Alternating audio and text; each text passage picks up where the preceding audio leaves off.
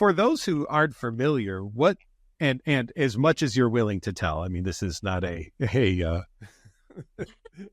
kind of smash and grab type of thing here, but what ways did OCD really interfere in your life and in your profession as well? Yeah, so in my life, I think when it comes to outside of football, I think the biggest part for me was the way that it affected the people around me. So my family in particular, and ex-partners as well. So, obviously being in a family, I've got a really supportive family, and I'm really close with them. So I felt comfortable to be honest, if that makes sense. I think initially when I was first diagnosed, obviously no one really knew what was going on, but I'm talking, a few years in, and the way that my OCD would affect them in terms of me telling them they need to wash their hands, or telling them they need to get changed, or they need to have a shower, or or doing something that would instantly trigger me and I would have a panic attack. And the way that I could see it was affecting them and the way it was making them feel, honestly, it broke my heart.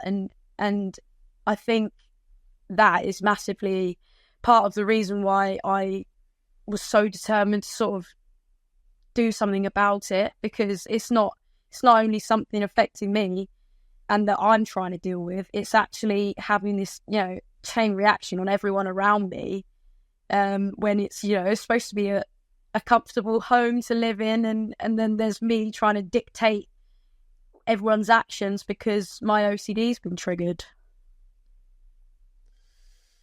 Yeah. Well, and the eggshells then that family or friends feel like they have to walk on in order for you to be okay. And that's a lot of pressure, obviously, on everybody, isn't it? Yeah, it is. And it definitely caused a lot of tension. I mean, I think it would always result in me just breaking down, really, and just, screaming, I'm sorry, because I didn't know what else to do, and because I needed them to do what it was telling me, but I didn't want them to, because I didn't want to be that person. Yeah. That was so hard. It was such a struggle. And like I said, it's the same with ex-partners as well. And even with some of my friends, not to the same extent, because I think I was so embarrassed. I think deep down I felt so embarrassed that sometimes at home I would secretly go and clean something, or secretly slip out the side and then go out into the car and clean something that I remembered that needed to be clean. And it's just like exhausting, absolutely exhausting. And I just felt like this detective, constant, 24/7. There's no rest for your brain. It was just aware of everything, not walking down the street, just enjoying being present. It was, right, where are they walking, what are they touching, what's getting contaminated, and what am I going to have to do about it to prevent me from having a panic attack or an anxiety breakdown. So I think the way that it affected my family, and I mean, I'll never forget, that feeling, and it was awful. Did that go into sport too? Like the football's dirty and you can't, or where were those cleats or anything, or even running into people on the pitch or something like that? I mean, So I think, because a major one for me was cleanliness, and things being contaminated, but for whatever reason, it sort of targeted certain people. And I think maybe that was because I might have happened to have seen them do something that triggered it, or said something that would have triggered it. So a lot of the time, I wasn't even paying attention to the training sessions. I wasn't, listening to what the coach was saying. I was completely in my own world and just like playing this detective role of, oh, like, I know that this has happened, she's touched that, so if I touch that, then that means it's on my boots, and then if I tie my laces, then it's on my hands, and then if I touch it was awful. So a lot of the time during training sessions, I like run inside, act like I needed to go to the toilet when actually I was just washing my hands. Wow. Yeah, and that's like mid-session, where that's work, that's where I'm putting the work in to be able to play at the weekend and try and do well. And the OCD was affecting that, and I hid it so well. I think that also exhausted me. Yeah. What finally leads you to decide, no more? I've got to make changes here. This is not the way to live. This is not the way to be.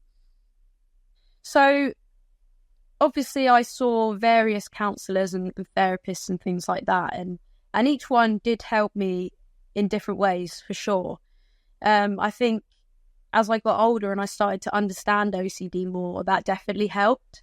But when I was at my worst and it was stopping me from essentially living a happy life, everything was misery, because you're pre-planning or avoiding, like, I'm not going because that potentially could happen and then it will cause this, and that's not a happy life to live. That's not the way I wanted to live my life. I'd like to think of myself as an ambitious person, and I've always wanted to do well in my career and things like that. And I think making the decision to myself, I don't want to be this person anymore. I don't want to let this control me. And one of my all-time favourite quotes is, and it always will be, is rule your mind or it will rule you. And it just hits home every time I read it or hear it. It's just so true. And I think when I was younger, I'd look at it and I'd appreciate it and I'd like it, but I wouldn't act on it. And I think the difference is acting on it and being brave enough not to quit. Pardon the pun. Yeah. But being brave enough to put yourself in a vulnerable position or an uncomfortable position to be able to make yourself stronger, to make the next step. And isn't it fascinating? You'll go to the gym, you'll work out, you will push your body to the limits, you will feel like you're going to collapse and maybe even feel invigorated by that. But there are other times, if we ask somebody to do that mentally, because that's what it would involve in therapy, there's almost I can't do it. I won't be able to handle that. I won't be able to deal with it. Was that a struggle for you as well too? Like, I can only push myself so far and then I have to stop? Or it was kind of weird, actually, and I was talking to my parents about it earlier. When I was in therapy at the same time, and I'd had however many amount of sessions, and she was about to introduce exposure therapy to me. Mm-hmm. So I've told me what it entailed and all of that. And I think my OCD almost convinced me, or whatever it was. I it's so complicated and the mind is so fascinating that I just, half the time I'm just like, how? Yeah. What? Convinced that, that I'm okay, I can deal with it, I'll handle it. And then I wouldn't go to therapy for a while. And then maybe a couple of months would pass and the OCD would be unbearable. I didn't have a choice but to go back. Yeah. And I think that happened 2 or 3 times, that when exposure therapy was mentioned, I sort of just bottled it, I guess. And I convinced myself I was okay and I could deal with it and now I'll be all right. Like, I've got this under control. Obviously in reality I didn't. But I think with the exposure therapy, I believe that I have done that in a way of, okay, so I didn't go to therapy and I didn't put my hand in the sanitary bin or whatever, but I did moved to a different country to play football, and that's something that I would never ever have been able to do. Or I did sit on that toilet seat, and you know, these little bits of exposure Sure. and things like that I've sort of built up over time. And I think I still struggle with my OCD now, but it's nowhere near, like, it's not the same. And hand on heart, it's just not near it. And I believe that that's because I've thrown myself into these situations that I never thought I would be able to do. And that's purely because I wanted to make a change, and I did, if that makes sense. So I don't think there's sort of black or white to it. It's very much each step as it comes. And you did the key piece. You know, I think sometimes people might get afraid. They hear exposure and they think we're just going to expose you. But the key component of all this, and what you've described too, is the response prevention, the elimination of the compulsion, just allowing yourself to learn, look at that bad thing didn't happen, or wow, that was nowhere near as bad as I thought it was going to be and that my brain told me. I mean, when you learn that OCD lies to you all day long, hopefully life starts to get easier because you don't have to believe it so much. Yeah, definitely. And I think, you know, we have so many thousands and thousands of thoughts a day, and we do actually have the power to choose which ones we listen to and which ones we want to listen to. And I think, obviously, I chose to listen to the wrong ones, which caused the spiral in the OCD, and it was just a constant, you know, it turns into a constant cycle that you cannot break. And even the thought of trying to break it just ruins you, you know? So, yeah, I think exactly. I love that description, because just because you hear a thought doesn't mean you have to listen to it, right? No. Thoughts are not fact. There you go. Yeah.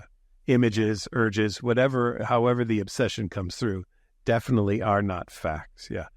And that is just so important for people to understand. And I think, as you've described some turning points in your life, once you were able to do that, look at the changes you were able to make and the things you were able to do and face too.